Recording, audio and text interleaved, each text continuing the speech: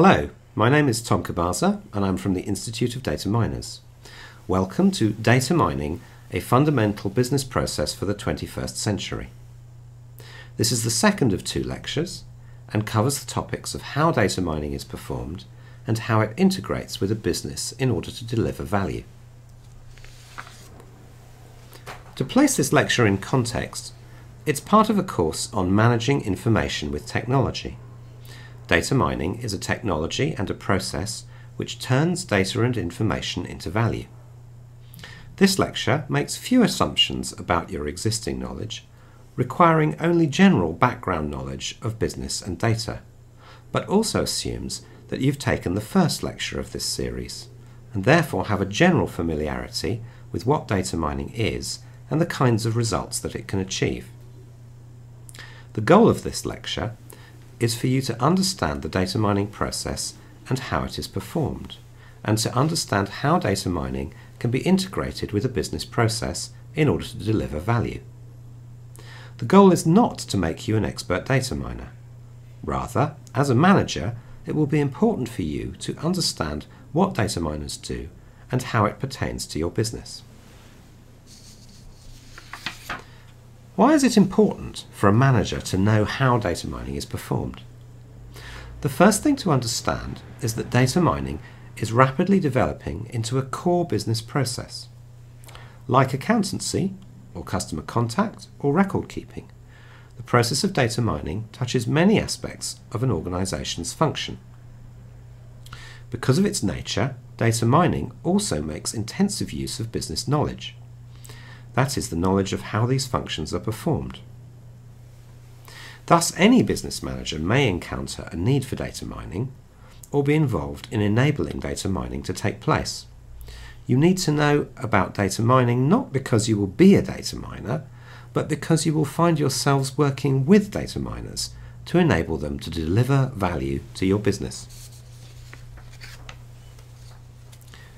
In the last lecture, I mentioned that data mining has become the memory of organizations.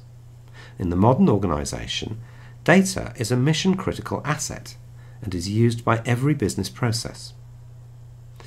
Organizations recognize this, but less obvious is the hidden value in data.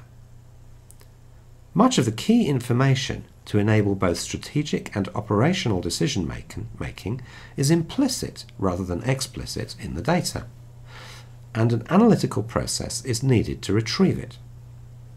We call this process data mining when it's oriented towards business goals and makes intensive use of business knowledge to create new knowledge through the discovery and interpretation of patterns in data.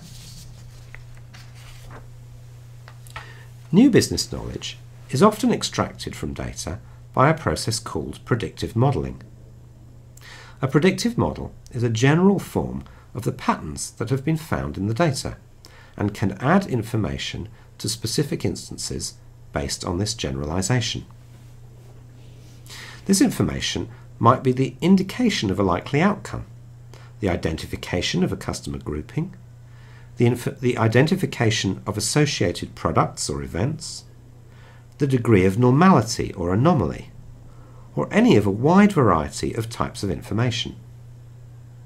Adding this information means adding value. If the information is relevant to a business goal, it enables an organization to act more efficiently and effectively to achieve that goal. Given the right information, goals can be achieved more efficiently, meaning at a lower cost or more quickly or easily, and more effectively, that is, achieved to a higher degree or in a better way. We now come to how data mining is carried out. This can be explained by reference to the industry standard data mining methodology, called CRISP-DM, which stands for Cross-Industry Standard Process for Data Mining. CRISP-DM is a standardized description of the process of data mining. It's a non-proprietary methodology, which means that anyone can use it. It was developed by a consortium of companies, a mix of data mining and data warehousing suppliers and data mining end users, in a European-funded R&D project, with input from a wide range of interested suppliers, consultancies, and users of data mining. There are many benefits to standardizing the way we talk about data mining. It makes communication easier when explaining data mining and its benefits or describing specific projects. It makes projects more repeatable. If a common language is used, a method which has been found successful can be repeated in a new project. Finally, it makes it easier to train data miners. It gives a simple and consistent answer to the question, how can I perform data mining? CRISP-DM describes the data mining process in a very general way, so that it does not favour any particular kind of data mining or technology supplier. The highest level of description is a set of phases. There are 6 phases in the CRISP-DM process. These are business understanding, data preparation, modelling, evaluation, and deployment. Although usually presented in this order, they do not describe a strictly ordered process. They're more like categories of activity which can take place throughout a data mining project. In the CRISP-DM methodology, each phase is broken down into a set of tasks and outputs, but the most widely used aspect is the top-level phases. These are deceptively simple, considering the importance of what is included in these 6 headings. The middle 4 phases, from data understanding to evaluation, form a conventional analytical process. The availability and form of data must be understood. The data must be placed in the right form for analysis. Predictive models will be created and the results evaluated. However, CRISP-DM has gone further to include some aspects of how a data mining project interacts with the business in which it is embedded. Specifically, the prominence of business understanding and deployment highlights a crucial difference between CRISP-DM and a traditional, purely analytical process.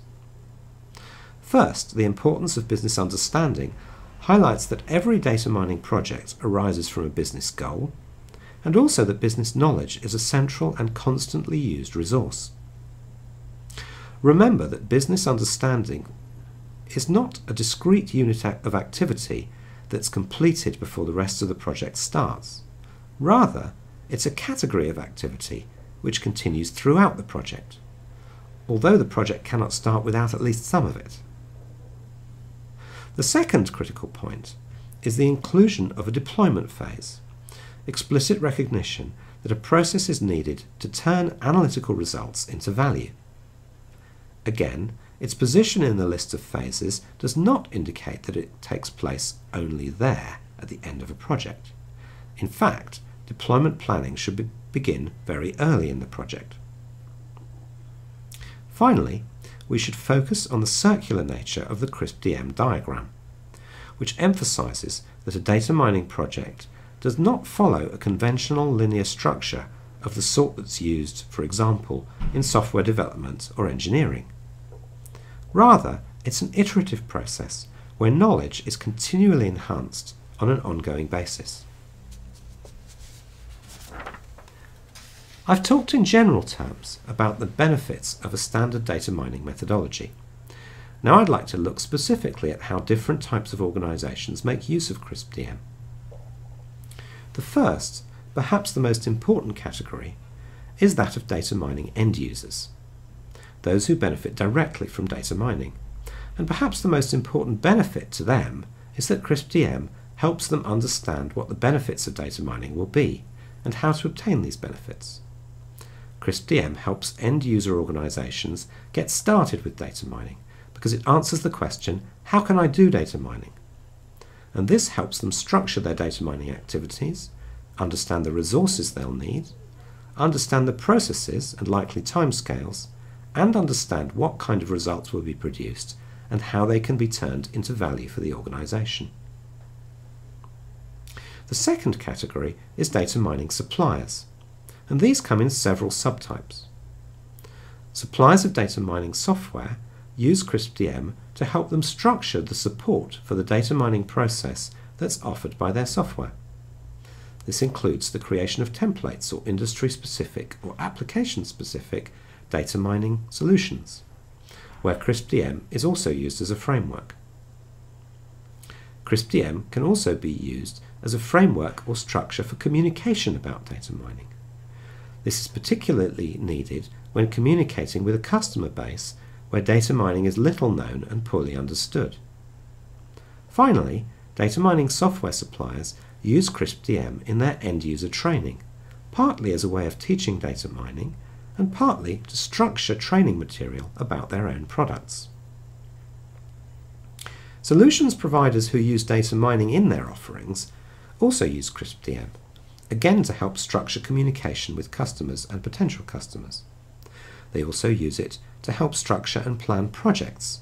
When large projects or solutions are planned, it's extremely helpful to have a structure for data mining which can then be related to the planning for the rest of the project.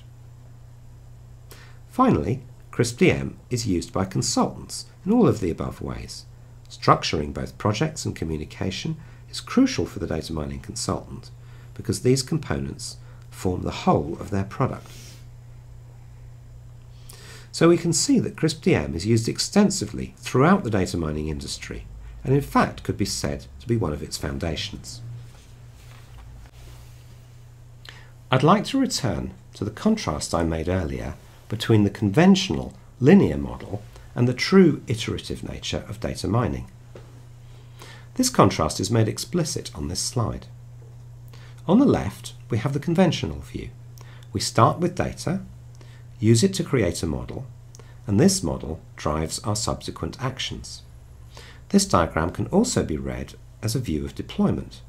Data is fed into a model, and the resulting predictions are used to drive action. This view of data mining is simple and compelling, but it is a gross oversimplification of what actually happens. What really happens is depicted in the diagram on the right. We start with knowledge. This is applied to data to produce new knowledge, or rather to enhance our knowledge. This enhanced knowledge is then applied again to the data, enhancing it still further. At any point in this cycle, some combination of knowledge and data can be used to drive action. The longer we let the cycle run, the more effective the action will be, because it will be more informed. The knowledge referred to here can be either human knowledge or predictive models. From the point of view of effective action, they are the same. Now we can start to see how the ongoing process of data mining is integrated into a business. With or without data mining, an organization uses business knowledge both to formulate its strategic goals and processes and to guide its actions at an operational level. When the business process of data mining is included, this knowledge is also applied to interpreting the organization's data.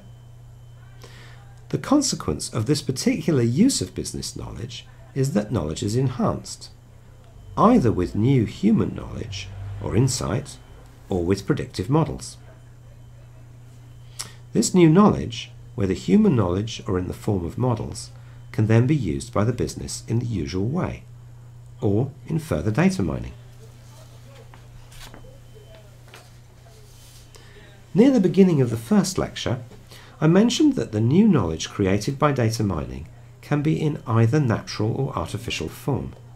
This is a reference to the two kinds of results commonly understood to be produced by data mining: insight and predictive models. As we've seen, these are simply different forms of knowledge. At an abstract level, they are interchangeable. On the ground, however, there's a difference in how they are used. In broad terms, when data mining produces insight, that is, it enhances human knowledge, this knowledge tends to be used strategically or for planning. On the other hand, predictive models are usually integrated into operational processes so that their predictions can be used in everyday activities. These generalizations are not hard and fast. It's also possible for human insight to be used operationally and for predictions to be used strategically. It's just that they are usually used the other way around. Having seen how data mining is used in organizations, we can now talk in detail about how data mining is deployed.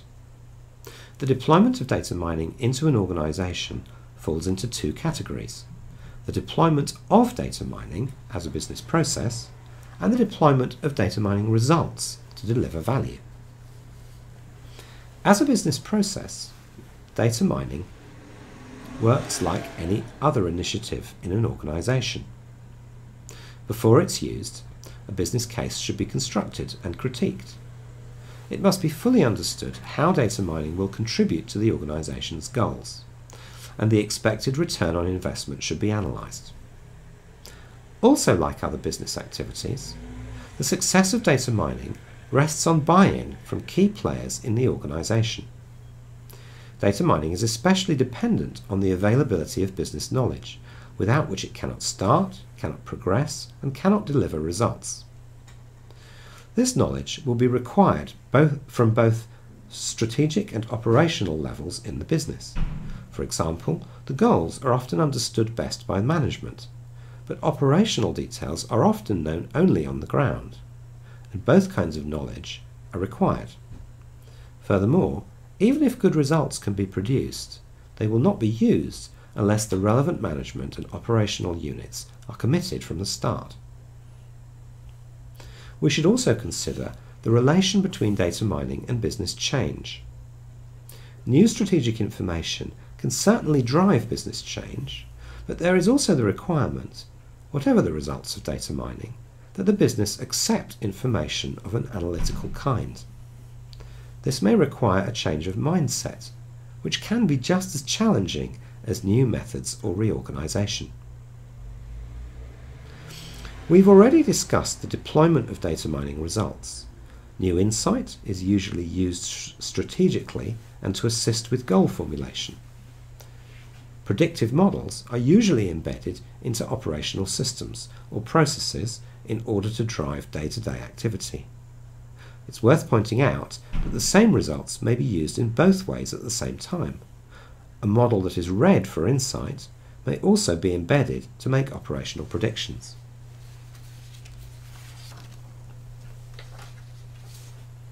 It's all too easy to see the adoption of a new technology in terms of development and projects. However, for success with data mining, it's essential to take on board that it is an ongoing business process. This diagram illustrates the ongoing nature of the process.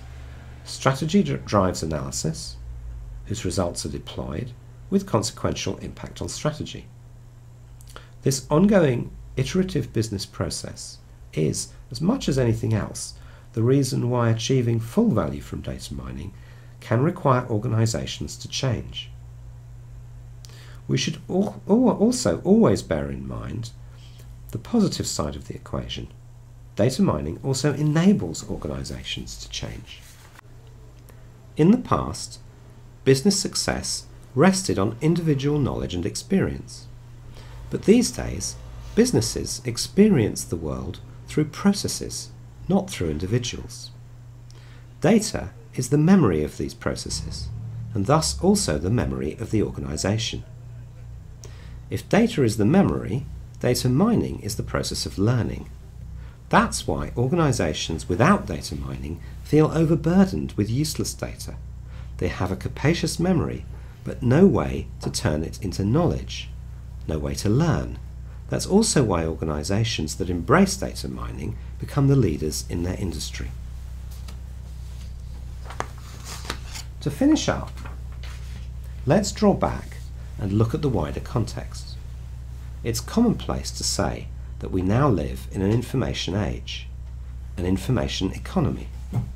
Information, as much as material goods, represents value in the modern world. In this world, if IT is equivalent to agriculture, then data mining is equivalent to industrialization. Data mining offers an industrial scale process by which information can be manufactured. That's why data mining is a fundamental process, perhaps the fundamental business process for the 21st century. Thank you for listening.